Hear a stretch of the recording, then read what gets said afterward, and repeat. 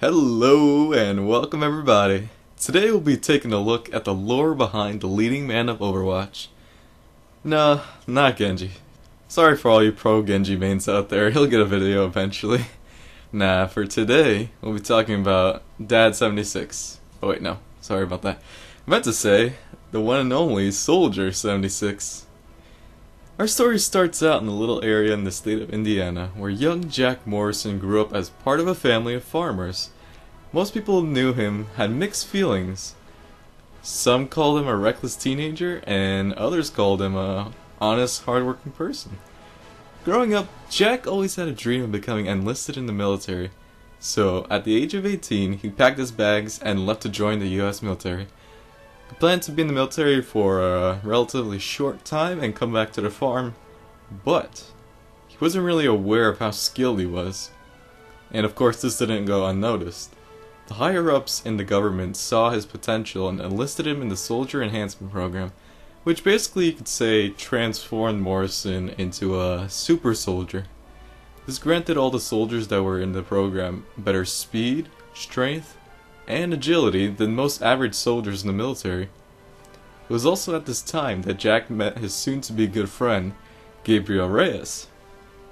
You could say this was part of a hidden agenda by the government to test out this new program in the military against the current situation that was going on at the time, which was the Omnic crisis.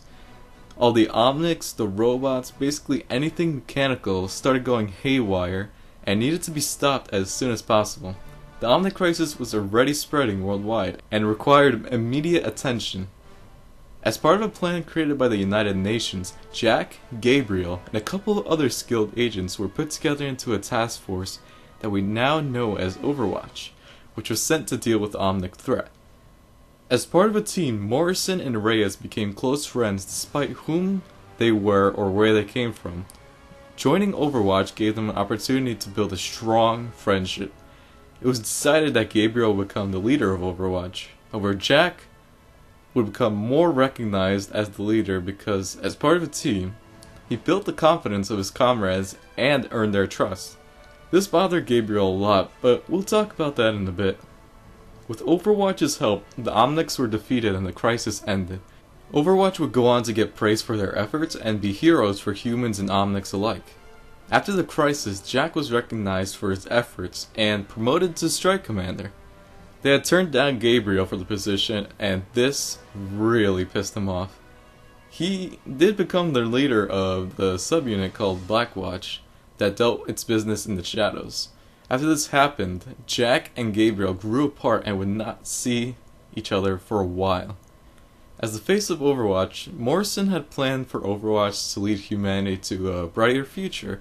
He remained loyal to his duties and even trained new agents, hoping they would follow in his example. The world would remain peaceful for a time. A couple of decades after the Omnic crisis, Overwatch began receiving reports of allegations made against the organization.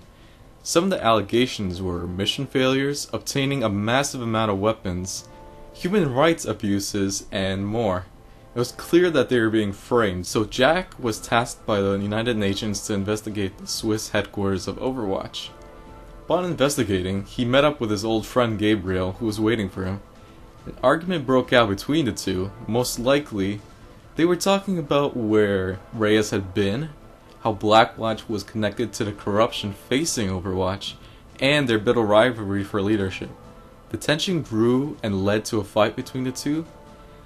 Oblivious to their surroundings, they clashed and ended up destroying most of the headquarters and ultimately triggering an explosion, which seemingly killed them both in the process. Jack actually survived the battle, but he was severely injured. Gabriel did die, but at a later time was resurrected by Mercy.